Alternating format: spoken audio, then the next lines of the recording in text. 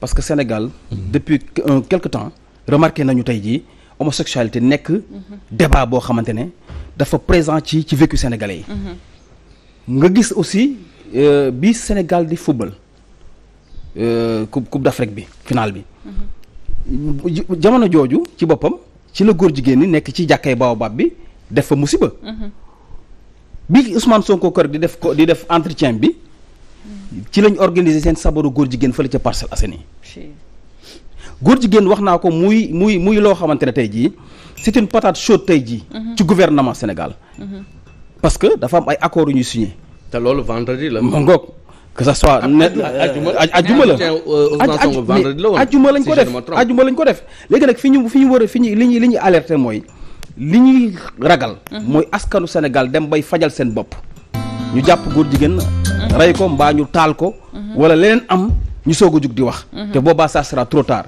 am nañ ci benn élément dama bëgg ñu ànd dem xool élément boobu delluwaat ci plateau bi ngir mën ko commenter waaw Aïcha ok waaw c'est pas encore disponible waaw élément bi disponible gul waaw mais xam nga gis nga li ma ci jaaxal waaw dëgg nag am na yoo xam ne ñun fi lii dëkku diine la dëkk la boo xam ne ñaari diine yi fi ëpp muy musulman ak catholique ñoom ñaar ñëpp dañoo maanaam kiwuñu mbirum góor jigéen ba tax na lu toll ni àjjuma loolu di ci am ñu leen di seetaan noonu lu torn armeer lu torn jàkka voilà am na bu ñu gisoon temps yi si benn armeer bu non c'est que affaire bi jàkka également affaire bi mu ngi dem Karim Xrum Xax est là. voilà mën nga ñëw nga ñëw ma kii ko voilà léegi Karim ñëwal comme ça automatiquement. lu doy waar. non c'est que xam nga lu doy waar la parce que gis nga Sénégal. waaw coach parce que waaw. gis nga lii xew nii. je crois que. mbirum góor jigéen dafa nekk mbir mu doy waar. président Macky Sall en 2015 ba mu toogee ci ITV dañ ko laaj. yan jafe-jafe la pour Sénégal est-ce que góor jigéen amuñu problème mu ne au Sénégal y a des homosexuels ils n'ont pas de problème avec le gouvernement sénégalais mais am nañu problème ak public ak askanu Sénégal ak loolu xaw ma mais lan moo tax tey jii même boo xoolee yenn leader politique yi Sénégal nanguwuñu affirmé wu jël seen position carrément ci affaire homosexualité Aïcha non c'est xam nga lu ma tax élément bi pare na mais ñu bàyyi Karim moo waaw maa ngi ziar système maa ngi lay nuyu maa ngi nuyu Gomis sama grand Gomis dama naa la ça va maman ñu ngi lay ziar bu baax naka yi tey Mass ñi ngi bëggee maa ngi jégalu taal bi nag xam nga oui dama sonn est-ce que lii xam nga maa ngi def lu tout pour bañ xam nga rek vraiment ak embouteillage bi et tout xam nga di jégalu bu baax di nuyu Sénégal yëpp di ñaan yàlla rek bañ fax lu ñuy xeebe asalaamaaleykum élément bi yemb na ok waaw mën nañu xool élément bi soog a si incha allah moo ngi yaa ngi gis indi fi coolu mag a mag waaw gars yi dóor nañ leen ba gaañ leen ñenn ñi ñu rawale leen kenn ki moo nekk si kaw appartement bi nii ci kaw 3e bañ a wàcc te waa koñ bi nee nañ ñoom duñu dem te rayuñu ko donc li lañ war a éviter si wetu si biir Parcelles Assainies fii si unité 24 si wetu jumaa ji waaw jumaa jaa ngeen di seen donc lii rafetul neexut a dégg affaire de góor jigéen di am biir Parcelles Assainies ñun waa layam duñ ko nangu nag waaw duñ ko nangu te duñ ko seetaan tamit. asalaamaaleykum waa Parcelles Assainies man la Mansour Sène porte-parole bu layam mi ànd ak sama copain ji Maman Ndiaye bu layam mi ñu ñëw fii si unité 24 benn action am fi boo xam ne dafa ñoo metti ñun waa Parcelles Assainies mooy que ay góor jigéen ñi nga xam ne ñoo dajaloo woon fii naan dañuy def ay anniversaire sol ay yëre jigéen nag teg ko si ne ñëw ba sotti jàkka organiser fi seen i barrière seen i bagage lépp da commencé di ko fi def dañuy comprendre tey jii loolu ne ci gars yi ba ñëpp génn si koñ bi xeex ak ñoom xeex bu metti fii nii ba yàq chaise yi nga gis bagage yi ni mu demee nii police nag ñëw na fi mais police moom bu ñu xasee ba ñëw ñu ne leen carrément ay góor jigéen ñoo fi nekkoon def seen action yi nii ñoom ñoo bàyyi seen bagage yi dem seen yoon quoi ñu waxuñu dara intervenu ñu ba instant yi wax ak yéen sax soo xoolee ci kaw am na koo xam ne dafa tëju foofu noonu ne du génn mais du génn te waa kër koñ bi ne moom la ñuy xaar donc ñu dañuy wax gars yi à tous les Parcellois à tous les autorités des Parcelles Assainies que ñu jug si cadre yi nii bii moom mënuñu koo nangu fii si biir Parcelles Assainies te ñu waa lay rek ñoo ko wax parce que action bi mu amee saa si dañu ñoo woo comme comme ak ji Maman Ndiaye ñoo gën a jege fii nga déplacé wu gis nga nit ñëpp a ngi taxaw ñu di xool di xaar gars yi génn genre affaire yooyu kon lii il faut ñu xeex ko fii Parcelles Assainies la du fi am exactement di ko wax préfet di ko wax commissaire ñun waa layam la mi dañu siy jug incha allah genre action yi di ci am te dañ koy topp bu mu jeex wasalaam lu doy waar lu xewoon Salma muy lu yéeme muy lu doy waar parce que gis nañ Sénégal tey jii góor jigéen ñi tey jii ni ñu commencé ëppal laay wax sax parce que trop c'est trop ah. Sénégal tey jii loi criminalisation bi naan nañ ko criminaliser état lànk na du ko criminaliser. te ñu criminaliser vol de bétail criminaliser drogue criminaliser viol féministes yi bi ñu jógee yuuxu dañoo jël viol ñu criminaliser ko. est-ce que comprendre nga parce que boobu demoon na ba nekk phénomène buy ëpp bu jéggi dayoo. mais quand on parle d'homosexualité ku nekk lem sa loxo nag toog non sujet bi dafa sensible non dañoo bëri doole non c'est de lobbying non non non. dañu am ay valeurs ñun Sénégal. am lu ñu gëm. am lu fi mag ñi bàyyi. am loo xamante ne tey jii moom la ñu am moom la ñu moom. mais pourquoi ñu nangu tey jii góor jigéen ñi tey dem ba nëbbatootuñu parce que kuy sabaru taas mbaq gi di jolli. mais nag nga koy def ci wetu jàkk. mais kooku tey jii est-ce que bu amoon tey ku ci faatu naka lay demee. loolu bon Karim mi ngi fii te yàgg na ci combat boobu. dañuy bàyyi Karim. mu wax ci xalaatam. waaw déjà man xam nga man sama problème man damay dellu sax ci c'est-à-dire du ma wax si góor yi man damay wax di ci dëkk boo xam ni kër gu amul kilifa la en réalité. parce que problème yi yëpp mooy fajal suñu bopp la lii boo gisee lii c'est très dangereux. ok parce que gis na kër bu amul kilifa boole du am boole. xale yi dañuy xeex. néeg fii dañ fi tux yàmba ñii dañuy guddee tëdd. bunu kër gi du tëju c'est que foofu la Sénégal toll ci ñàkk am Sénégal amul kilifa on n'a pas d'autorité amuñu ay responsable quoi ñoo xam ni dañuy xool li askan wi di jooytu li réew mi soxla yi nga xam ne mooy nekk ay ñaxtu yu askan wi volonté populaire yi ñu taxaw ci thème ba réew mi nekk lu stable. li muy indi nii. c'est très dangereux. xam nga lii nit mën na cee laaxatu sax xool maas mu neexu ko mu ne góor jigéen la mu ko fekk mu kii dóor ko ba mu dee. absolument. c'est-à-dire loolu mooy ñàkk nekk kilifa ñàkk nekk responsable c'est que il faut état du Sénégal ñoom ñu comprendre actuellement fi ñu nekk di yóbbu Sénégal nii.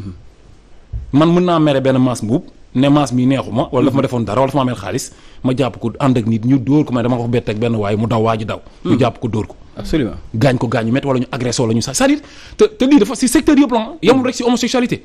il faut état du Sénégal ñoom ñu comprendre fi ñu yóbbu Sénégal nii fan lañ ko yóbbu nii. góor jigéen ñoom xam nañ ni kenn du ko criminaliser ak nguuru Macky Sall wax na leen ko mu am ay député yu taxaw di défendre loolu ay nit yu taxaw ay sëriñ ay kilifa yu toog di défendre ni góor jigéen kenn du ko criminaliser que loi bi ni mu mel baax na depuis 1968 ba tey. mais góor jigéen loolu dafa leen di yokk fit dafa leen di yokk doole. dañ fi fekk ñaari xale yoo xam dañ leen gis flagrant délit fii amitié. fii nii si ka boobab ñu nekk di def seen kii si jàkka ji na ma si yàlla jégal. ñu filmer ko ay image ak grande mosquée 6 mois lañ leen tëj. 6 mois lañ leen tëj. mais ànd sàmm jikko yi Karim dégg naa aussi ñoom waxatuñu criminaliser mais pour ñu yokk peine bi la ñuy wax. non c'est que loolu je pense que loolu bu ñu ko waxee tamit erreur la. parce que loolu ànd sàmm jikko yi en réalité. erreur la bu ñu def. bien sûr ay nit lañ fi ñëpp def erreur. le combat a été très clair commencé depuis très très longtemps. que pour ñu criminaliser homosexualité. que au final l'objectif n'était pas sax ñuy bind ay loi dara xam nga lan la mooy ñu taxaw rek gis ni ñi fi nekk doyoon nañu. dañuy taxaw dem criminaliser homosexualité. lii déclenché tool yi mooy lan Kaolack. en 2015. c'est dafa am ay xale ay góor jigéen. yu doon takkante. bañ fay takkante. ñoo loolu moo indi coow li. policiers yi infiltré leen. filmer leen jàpp leen. bañ leen jàppee coow li bari ñu bàyyi leen. ndekete ministre de la justice Sidiki Kaba moo nekkoon ministre de la justice. ministre de la justice moom dafa nekkoon ba léegi sax défenseur d'homosexuel la. droit de l'hommiste la. muy défendre góor jigéen ñi taxaw naan Sénégal dañoo tardé bor ñu jàpp góor di ko. góor war nañu mën a sëy. ñu Macky Sall def ko ministre de la justice. loolu moo indi woon coow li nag ñu ne nag lii buñ ci jugul parce que Macky Sall su dee ba gis jël ku mel ni Sidiki Kaba mi di défendre fu nekk góor jigéen ci àdduna bi mu def ko ministre de la justice kon ñun bu ñu jugul musiba dina am. parce que lii agenda la. parce que li tax mu def ko mooy pour woon opinion internationale ne ñun fii c'est un pays tolérant pays droit de l'homme pays démocratie et tout seen affaire intellectuelle yooyu rek seen pays tolérant mooy lan politique diplomatie seen diplomatie yooyu alors loolu moo indi coow li ñun nag ñu commencé former wu créer collectif non à l'homosexualité dem bu tuddee ko non à la nu mu tudd non à la franc-maçonnerie mu dem ba nekk ànd sàmm jikko yi loolu moo dox ba agsi fi mu agsi nii def nañ ci ay manifestations bien avant arrêté nañu lu bëri xew na ci léegi nag bu ñu ñëwee si dem bay bind ay textes di ko dugal parce que on a compris que la solution elle est politique. D'accord. waaw mais Karim man xam nga lu ma bëgg laaj. man lenn rek laa bëgg laaj. dama ne parce que sànq da nga wax ci biir ay wax. nga ne ci nguuru Macky Sall tant que mu fi. homosexualité xaw ma lan kii kenn du ko. criminaliser waaw. mais yow. yow yaakaar nga Sénégal. même bu fi Macky jugee. keneen ñëw fi quel que soit. yaakaar nga kooku ak ni monde bi tëddee. dama lay wax xaw ma ndax xam nga ni monde bi tëddee. est-ce que yow yaakaar nga ne maanaam mbir mi dina changer est-ce que yow yaakaar nga lool. dañuy wax rek mooy man jàngat laa bëgg nag jàngat boo xam ne bu large la. parce que problème bi dañ koy wax nii di ne président bi nii nangam mais loolu laa bëgg a xam. waaw mais xam nga déjà dafa am damay wax ni dama ko wax ba l'autre jour ma ni ku dem kër tëgg yi ma ci am teg la tànk. gis nga fulla ak fayda kenn du ko judduwaale boroom rek. juddu bu rafet nag ndey ak bàyyi. c'est-à-dire loolu contexte yi ci lépp lay dellu. demal Cameroun dañ ko criminaliser. absolument dañu criminaliser ngóor jigéen te pourtant ñu ngi ci àdduna bi de. te ñu ngi tolloo jamono ba tey. demal Mauritanie gii rek. dañ ko criminaliser foofu. demal c'est-à-dire bëri na dëkk Arabie Saoudite par exemple. Arabie Saoudite du parce que ils sont riches mais parce que xëy na te yeneen dëkk yi ma wax ni Cameroun sax ak yeneen ak xam nga doxaluñu charia. mais Arabie Saoudite charia la ñu doxal te pourtant ñoom tubaab yaa ngi liggéey ak ñoom normal. donc problème bi mooy lan en réalité ñàkk gëm sa bopp la. xam nga tey bu ñu nee ñoom politique ñu ne ñoom dañuy politique ñu ne politique bi tax na Sénégal am na pétrole am na gaz am na zircon am na uranium am na fer am na thorium am na richesse yoo xam depuis 60 ans sénégalais yi dunduñ ci. Sénégal ci ay borok ay kenn xamul lay dundee maanaam tubaab bi ñoo koy jël. di ko yóbbu te loolu moom dafa leer. léegi nag ñoom ñu ne ñoom mënuñu moom suñu bopp quoi ñun du ñu moom suñu bopp ñun ba tax na. tubaab bi dañuy yàq suñu àdduna après yàq suñu alaxira nañu yàqee suñu àdduna xam nga tax ma la indi yëpp détail yëpp di la ko def point par point yàq suñu àdduna mooy avant esclavage la woon esclavage 305 xam nga 300 ans xam nga 350 ans d'esclavage 350 ans 150 ans de colonisation 60 ans xaw ma 100 kii te néocolonisation mooy Senghor benn wii Abdou Diouf benn wii Abdoulaye Wade ci xawoon tane xam nga après mu ñëwaat Macky Sall la ñëw nekk produit fini wu gën a doy waar Abdou Diouf ak Senghor alors léegi loolu yëpp ñu yàq suñu àdduna parce que dañ ko yàq. ok yàq nañ suñu àdduna léegi mais suñu àllaaxira moo des de. mooy suñu pas-pas suñu ngëm-ngëm. ñu bàyyi ba suñu doom bi di sëy suñu biir foofu avant may ñëw ci Ndella parce que am na ci xalaat. waaw ma daane vite fait rek. ma daane vite fait rek pour wax ni léegi ndax ñun buñ ci demee dañ si génn lu tax ndax mënuñu criminaliser homosexualité. parce que tubaab bi occidentaux yi ñoo ñu tiim dañoo am doole ñoom ñoo yoruñu dara parce que bu amee fekkee njiit homme politique boo xam ne yow mënoo sa jàng sa xarañte mënu fexe ba yow sa dëkk am richesse bu ne mënoo ko càmbar liggéey ko ba moom sa bopp indépendant mën a wane sa bopp dëggal sa bopp pour mën a bañ a jël jéggaani parce que loolu la mooy problème en réalité quoi bañ a jéggaani valeur jéggaani lépp nga bëgg ko jéggaani ci biti puso sax da nga koy jéggaani kon sa jàng lan lay jariñ lan mooy c'est-à-dire ñoom seen intellectuel bi seen xam-xam bi lan la vraiment sa loolu mooy analphabète politique koo xam ne yow sa jàng bi yëpp mënul servir sa réew ci sa bopp nga moom sa bopp ñàkk sa bopp defar sa réew ba dëkku Serigne Touba jàngo bi Alaaji Maalik ñu moom suñu bopp ba suñuy gëm-gëm ñu dundee ko doxee mais kon ñii nañ dem armée la tëdd amuñu njëriñ di doy na waar mais xam nga foofu question bu am solo laa lay poser mooy tey jii position yenn leader politique yi sur la question parce que bëri na ñu ciy layam-layami question de l'homosexualité bëri na ñu ciy layam-layami tey dañu gis tey sorti Ousmane Sonko bi passé moom mu am lu mu ci wax ne bés bu faloo c'est lui Ousmane Sonko moo ko wax bés bu ma faloo projet de loi bi bokk na su may falu projet de loi bi dama koy criminaliser maanaam dañ koy crime la koy def loolu mu leer ci kër bopp sénégalais na nga jàngate loolu avant may ñëw ci Ndella waaw mais xam nga ñun début bi yow gis nga ñun début bi en tant que activiste nga xam ne ñun ay panafricanistes lañ dañuy xeex ci ay xeex impérialisme dañuy musuñu gëm politiciens yi parce que dañ ne sénégalais dañ demoon ba découragé ci homme politique yi bëggatuñu woon dara ok comprendre léegi bu ñu demee ba ñu dem ba taxaw nga gis ay ñun ñuy taxaw ay activiste bi ànd ak Ousmane Sonko am na lu tax parce que dafa am benn discours benn rupture boo xam ni benn révolution boo xamante ni Ousmane Sonko au fait c'est pas un politicien c'est un révolutionnaire c'est un révolutionnaire te da ko doon confirmer parce que man demoon naa bay taxaw ne na génn mu wax ci affaire góor jigéen yi parce que point yëpp dañ ko ànd ak moom yëpp lañ d'accord ak moom ñu ne cat bi xanaa lii la affaire góor jigéen yi mu génn confirmer ñu ni moom bu nekkee président li muy njëkk a xeex mooy homosexualité Sénégal da koy criminaliser instant yi média français yi ñu ngi ko ŋàbb parce que gisoon na ay jamono nga taakale Ousmane Sonko waaw ci question boobu trop parce que dañoo taxaw ne ñun li ñu gëm mooy képp koo xam ne sénégalais nga dañu war a indi rupture jàkkaarloog occidentaux yi wan leen ni Sénégal réew bi dafa war moom boppam ci lépp léegi nag Sénégal réew la boo xam ne mais sénégalais yi ñoo bëggul góor jigéen Ousmane Sonko nag c'est un révolutionnaire c'est pas un politicien malheureusement gars yi nanguñu dégg xëy na des fois gars yi xaw ko xëcc tuuti ci politique bi xaw ko dëpp ay calcul mais da ngay gis ni su waxee ci xolam bu ñu ko bàyyi mu dama xelam rek c'est un révolutionnaire c'est pas un politicien léegi loolu moo tax homme politique Sénégal depuis Senghor ba léegi ku taxaw jàkkaarloog àdduna bi ne leen man su ma nekkee président man naa fexe ba ñu criminaliser homosexualité mais débat bu ñuy wax homosexualité sax doo fa taxawal donc kon ñun di may wax Sénégal yi ne leen léegi ne loolu nag dafa mel ni ko doon dem ci yàlla dajeek yonent bi rek parce que ñun duñu ay politiciens bu ñu gisee homme politique bu représenté loolu taxaw yenu combat bi nga yenu ma ñëw yenneeku la ko teg yenu ko kooku loo war a def waaw boo yenoo sa yan di dem ku la ko yenu loo koy def. doy na waar jërëjëf Karim dañuy ñëw ci ma bàyyi la. ndee la bu amee lu mu ci mën a sànni rek ci sujet boobu. lu mu si wax kay bëri na. donc damay fàttali rek maa ngi jiite parti politique bu tudd Réconciliation nationale. pour l'unité africaine. je suis panafricaniste. donc je pense africain. pas seulement Sénégal. c'est très important. moom dafa commencé wax lu am solo. tëj wax bi. kër day am kilifa. ok kër day am kilifa. loolu jeexal na wax. kër day am kilifa. dëkk day am kilifa. kon éducation dafa am solo. waaw ndax kilifa bi si kër gi. mooy yar doomam yi. dëgg la. am na benn façon yarin boo xam ne su yaree doomam yi. góor jigéen du am si kër ga. dëgg la. la maison d'abord. ah mais ouais, la famille d'abord. c'est l'unité symbolique. D'accord. L'État ce n'est que une association de famille de maison. donc kon kër day am kilifa. yow soo nekkee sa kilifa kër lu la neex mooy am sa kër. tolérance dafa am fu muy yem. tolérance dafa am fu muy yem. xale yi dañu war a jàng si kër gi dañu war a jàng alxuraan dañu war a jàng école. kon il faut les contrôler. c'est un outil de travail c'est un outil de formation. c'est un outil d'éducation muy léegi téléphones yi. tablettes yi salle de classe yi il faut ñu contrôler le contenu. parfaitement. su ñu contrôler le contenu.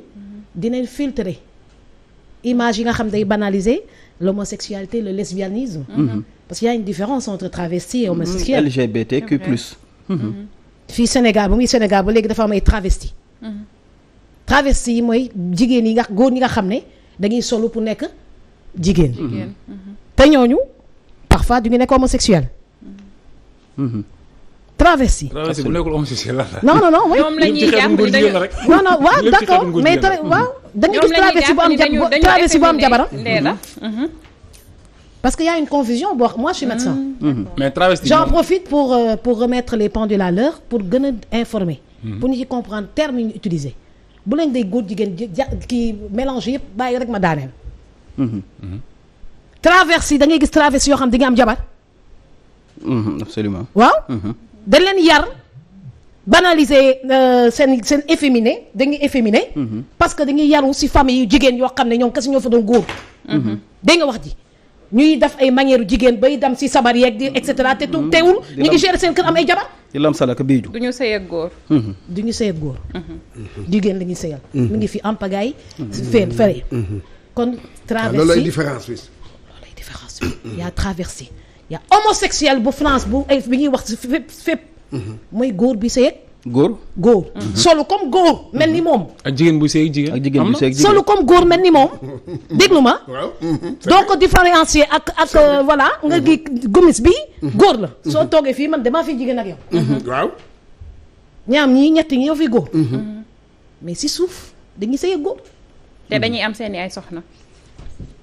am na ñu am soxna di làkkatu. d'accord pour mën a gën a làkkatu. mais dañuy wéet di sëy ak góor. absolument.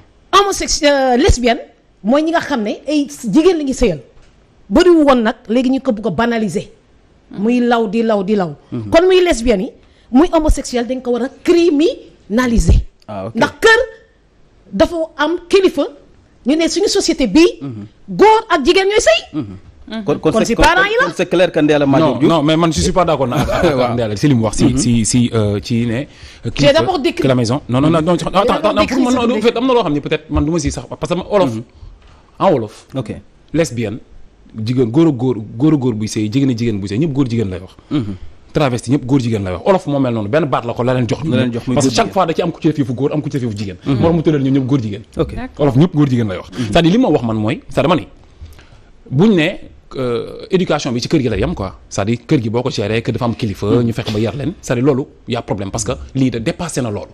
li agenda la absolument. xoolal éducation sexuelle dafa ñëw dugg ci école yi sa doom bu génnee sa kër Ndella génn sama kër léegi laa déposé sama doom seen école 8h ba 16h lay ñëw wala 17h ci prof bi lay yendu programme d'éducation bi nga xamante ne mooy tax xale bi di ci adapté wu di dem bay changer tubaab bi ñu ngi toll ci jàngale ay di jàngale naan genre genre dafa bokk ci système éducation bi ñu accepté ko orientation sexuelle boobu noonu ñu koy jàngal xale bi pour mu accepter ni moom parce que genre mooy xale bi su juddoo société bi moo koy wax ban genre moom lan la maanaam du sexe am bi mu am sexe bi mu juddoo naturellement moo koy guidé di ko waxal ba mooy orienté moom société bi moo koy orienté bu sentir ni moom bu amee sexe góor sentir ni moom jigéen la sant fil bu ko neexee nekk jigéen bu dee jigéen la yor sexe jigéen loolu mooy genre en réalité orientation sexuelle léegi éducation boobu noonu loolu yow mën nga yar sa doom ndee la sa biir kër nga def si lépp loo mën nga koy jàngal alxuraan mu jàng alxuraan nga def loo mën ci kër gi mu dem si école bi ñu dugal loolu ci boppam moo tax état dafa am solo loolu ak sànq donc su ma ñëwee si kilifa ci kër foofu laay dellu si état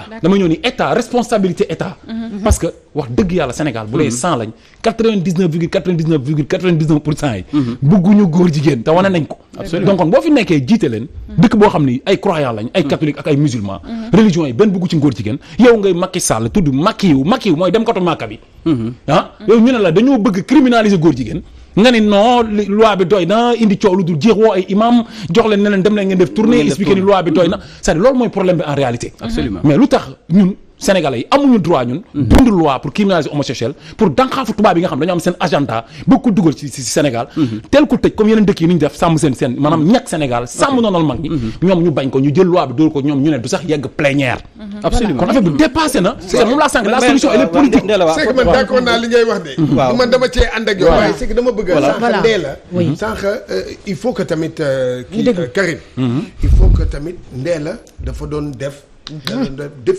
description magnifique parce que ku ci nekk parce que gis nga dëgg la ñun ñëpp dañu naan góor jigéen mais non ci biir góor jigéen comme ni mu la ko waxee am na lii te dañ ko war a xam voilà te nit ñi dañ ko war a xam xam nga yow boo toogee nii ne war ñu créer confusion góor jigéen nii rek alors que am na jigéen boo xam ne tey jii moom xeet boobu la loolu la ndee la doon non xam nga ndee la buy kii noonu daf ñu doon def benn description pour wan naka la mbir bi amee léegi au Sénégal bu njëkk ba wax na dëgg lesbienne da nga ko daan dégg na mais léegi dafa bare te banalisé léegi dafa bare dégg nga mais man sama wax feneen la te dinaa ko waxaat man je suis contre góor jigéen ba tey jii man bu ñu ma faloon président comme Cameroun laay def comme kii dama koy arrêté ku ko def kii waaye am na yoo xam ne tam dinaa ko waxaat répétition lay defaat mooy que nañu wax bu baax nañoo yuuxu mooy que ñun ñii sànq ñu ngi ko doon wax non ci français bi ñun moomuñu suñu bopp de il faut ñu xam loolu ñun nañu waxante dëgg ñun moomuñu suñu bopp ñu ngi nii français moom mooy fii boo fi déggul français ñu naan la kii nii nag xeeb la gis nga coach nga baal ma foofu je reprends la parole voilà donc je veux que ça soit clair moi je suis pour la criminalisation je veux que ce soit clair mais il faut que ma jàngal nit yi comme lu mu wax léegi fourre-tout homosexuel fourre-tout il faut que qu'on clarifie les choses travesti mooy góor boo xam ne sa yaram góor la waaye da ngay solu jigéen ak inverse mooy travesti waaw mooy travesti mais travesti góor jigéen mooy góor ak góor yuy sëy def sexe jigéen ñooñu ñooy travesti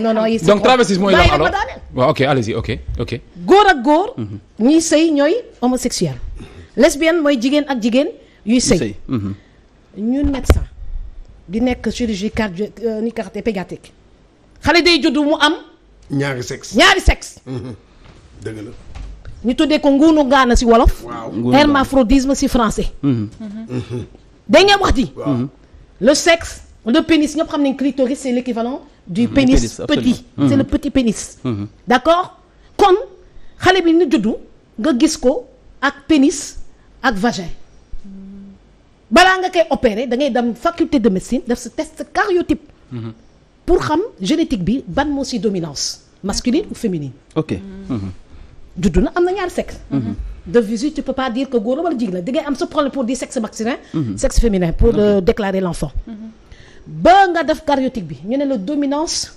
féminine bu boobaa nga dagg pénis bi wàññi ko opération bu baax maintenir ce que tu dois maintenir su fekkee ovaires yi dañuy déplacé nga bàyyi leen seen place dégg nga wax ji vagin bi nga defar ko correctement opéré ko mu nekk jigéen mu continuer parcours am juddu te dañ koy teel def ok d'accord ñoo xam ne kii nëbb amuñu moyen pour l'opération bàyyi xale bi xaw a màgg après xale bi day gën doo xam ne góor na doo xam ne jigéen day effimé dañ si teel a mais dañ koy d'où l'importance de la santé du financement de la santé pour essayer de traiter tout enfant qui naît aujourd'hui suñ ko waree réparer ñu réparer ko tey après mu màgg ñu nekk góor wala mu màgg nekk jigéen mais soo ko teewlee def doo xam noo koy yaree si dem ay pulsion jigéen doo xam noo koy yaree da ko yaree góor parce que gis nga que am na benn clitoris bu xaw a lang nga ne góor la fekk en réalité jigéen la woon muy màgg di efféminé moom affaire jigéen moo ko neex après ñu opéré ko mu dem am moyen opéré boppam choisir sexe jigéen ok kon il faut intervenir très tôt absolument léegi nag ñun on est contre le mariage à la mairie de 2 hommes ou de 2 femmes il faut qu'on sauve cette société parce que dañ ko banaliser absolument banaliser ko ba dugg ko ci film yi ba ngay seetaan léegi di gis ñaari góor je suis choquée quand je vois 2 hommes qui s'embrassent je peux pas supporter ça absolument je peux pas supporter ça te suñu doom yi ñi ngi commencé di banaliser acte boobu buy comprendre c'est quoi l'homosexuel et cetera et tout parce que en cachette parfois da ngay gis yenn image góor ak góor yi fonante jigéen ak jigéen di fonante te loolu par exemple RDV a beaucoup contribué à cette banalisation avec seen bul xool ni ka xatee kii y avait un bul xool majeur découvert tardivement que y avait un bul xool d'homosexuel mais loolu dañ ko waroon teel arrêté mais ak yenn série yi Sénégal ak yenn série yi dañ ko waroon teel arrêté sénégalais yi dañ mais nañ ko banaliser bàyyi ko ay at n'importe quoi parce qu'on ne savait pas mais fii am na association yoo xam bi nga ko xamee organisation yoo xam bi nga ko xamee bul xool dafa am bu homosexuel am bu les gens normaux c'est grave ñu banaliser ko à RDV depuis plus de 10 ans plus de 15 ans loolu nag moo jur léegi banalisation wu kii bi éclaircissement comme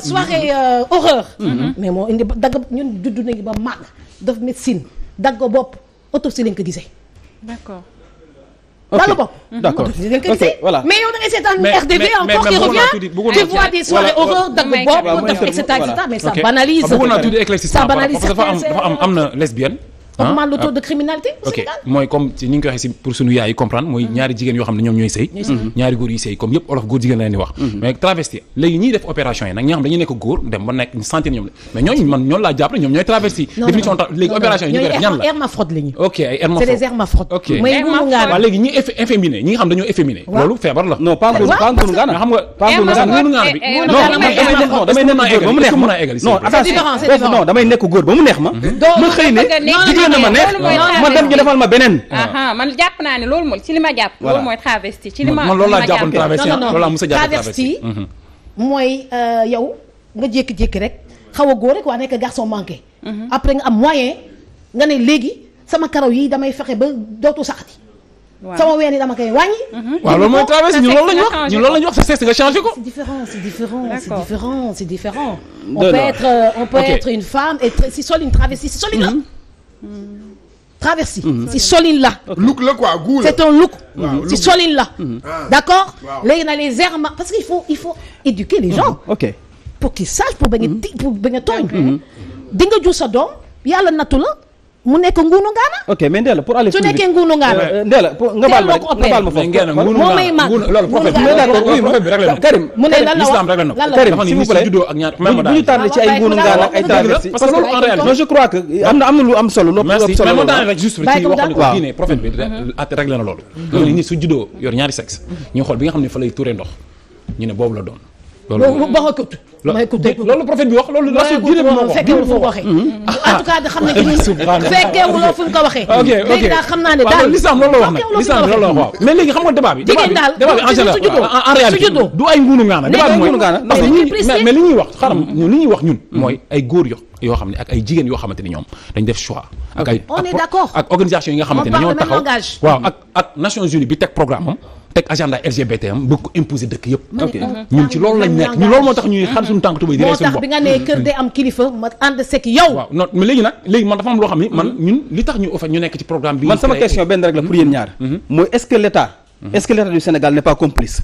mais parce que tey jii ay association góor jigéen tey jii. yor récépissé ministère de l'intérieur moo leen ko jox. Mame Matar toog na sama plateau leeral ko. beneen bi aussi mooy yenn góor jigéen ba mais am na ay ONG yoo xam dañ leen di jàppale fii Sénégal. bu ñu feebaree ñoo leen di faj. est-ce que comprendre nga am ni yéen gis nga tey jii foog tey jii ñu leeral sénégalais yi. que l'État Sénégal tey jii ban rôle la ci am. soit il est complice ou bien Ndella. rapidement c'est-à-dire man li ma bëgg wax man li ma wax ci état du Sénégal moom je crois que ñëpp xam nañ ko. vite fait rek wax ni Macky Sall ci boppam. dafa c'est un marionnette. te France lay liggéeyal préfet France la. te français yi ñoo koy wax lépp lu muy def lépp waxuma sax ci homosexualité. donc léegi nag homosexualité nag ku am fulla ku am fayda ku gëm boppam gëm diine moo koy xeex. ku gëmul sa bopp nag mënoo xeex homosexualité. tubaab bi dañoo ñëw ne seen dëkk kenn dafa jigéen dafa muuru. voile intégral dañ ko fay tere. polygame dañ ko fa tere. am seen fulla ne ñoom bokkul seen i gëm-gëm. ñun nag waruñoo ñàkk nag suñu fulla ba tubaab bi ñoo imposé ñu. ñun ay góor jigéen ay góor a góor yi fóonante ay kii di ko jàngal suñu doom yi. dañ koy xeex. ñoom bu ñu ko criminalisé wu ñu nañ wàcc ci mbedd bi di ko criminalisé suñu bopp. góor jigéen bu ñu jàpp mais defaral la bagage. mais xeex lañ ko si biti xeex lañ ko si biir kër yi tamit. non c'est-à-dire non biir kër yi c'est-à-dire. biir kër yi mooy éducation. non mais non comme yàlla comme xeex moom ah. ki ko jiite d'abord mooy teg si mais góor jigéen boo fi dóor ñu tëj la Assemblée nationale Fatima ki de jege si leen rek bu ko defee ñu woyal li nga xamante ni moo di liggéey bi ndee la mu mel ni dañuy rester ak yow Karim vraiment kontaan nañu sa présence yow moom ci kër gi nga bokk jaajëf ñu lay jaajëfal bu baax a baax merci beaucoup Fatima ki de ak Aliou Sow jege si leen ñu woyal li nga xamante ni rek moo di liggéey bi donc mu mel ni people moo ñu dese ak li nga xam ne moo di actualité ak musique Aliou Sow kañ ngay ñëw ki de sama waa ji noo def yaa ngi si jàmm. C'est toujours un plaisir.